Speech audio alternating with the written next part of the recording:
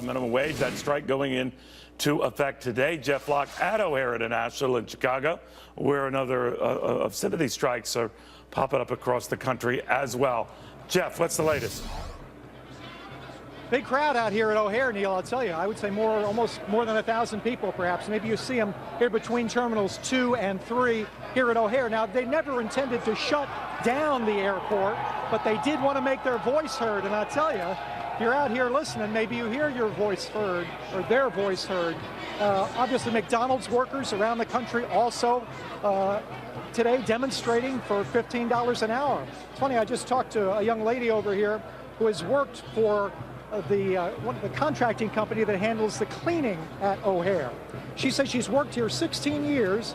Diana, you say you worked here 16 years. I've just been advised not to talk to you guys. You've been advised not to talk to me by this guy here? Yes. Now, why did you do that, sir? Hey, you come here. Why did you do that? Hey, buddy, SEIU guy. Hey, why don't you turn around and have the courage to turn around and talk to me instead of trying to stifle people's ability to talk? The woman had a good story to tell, and you tried to cut it off. So nice job. I'm glad you did that. But you're just on live television here on the Fox network. This guy just tried to stop me from interviewing somebody. I don't like that.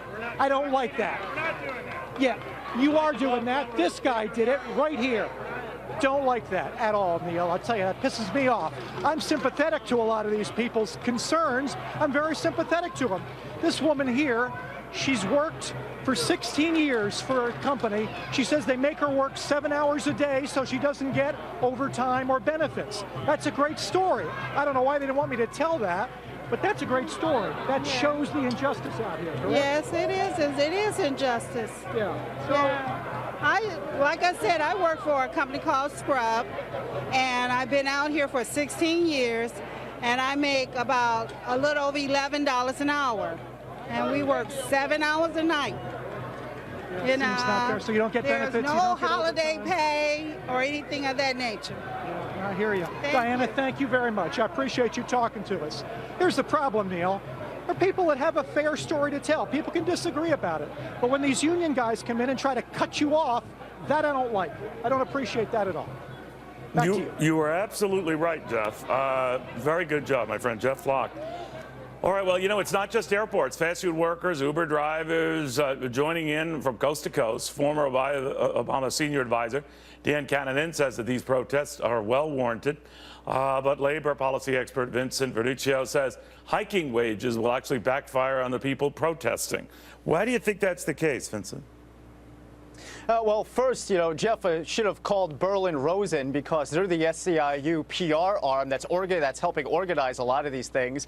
And what we've seen in the past, these so-called workers are actually represented by multi-million-dollar PR firms that are carrying the SEIU's water. So this is happening across the country at airports, but especially at the fast food franchises like McDonald's, where SEIU is organizing these franchises, where a lot of times you're seeing it heavier on SEIU organizers and lighter on workers.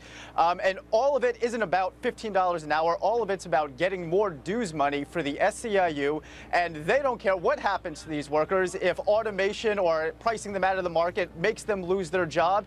As long as it gets more money for SEIU, that's the bottom line for them.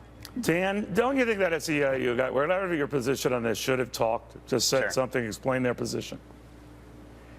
Sorry, Neil, I couldn't quite hear you, but just to respond to Vincent's comments, I don't think this is the case of just the union doing what's good for the union. Obviously, the union is representing workers not just in Chicago, but in Atlanta and St. Louis and across the country. And the fundamental issue here is that we have an economy that has moved very well for people at the top. But even the president would admit that over the last 7 years, with month after month of job growth, folks at the bottom of the economy have not seen those gains. And we haven't had a raise in the minimum wage since 2009. The buying power is now 25% less than it was in 1968. So, Dan, what would be the harm? What would be the harm then if this SEIU representative spoke to our Jeff Locke to explain just what you explained, whether you agree or disagree with that position?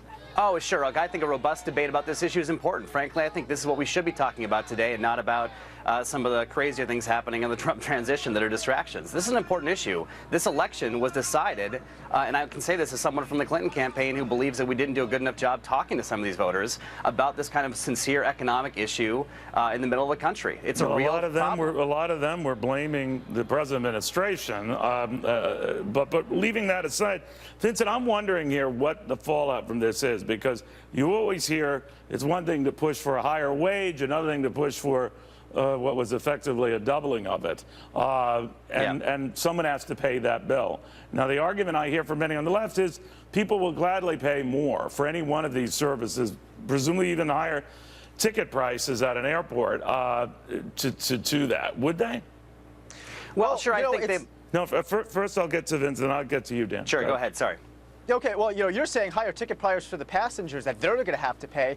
I'm thinking of the workers. You'll look at the SeaTac airport, the Seattle airport. That town raised the minimum wage to $15 an hour. Of course, there was a nice little exemption for if you're under a union contract, you don't have to pay $15 an hour, but we'll leave that aside.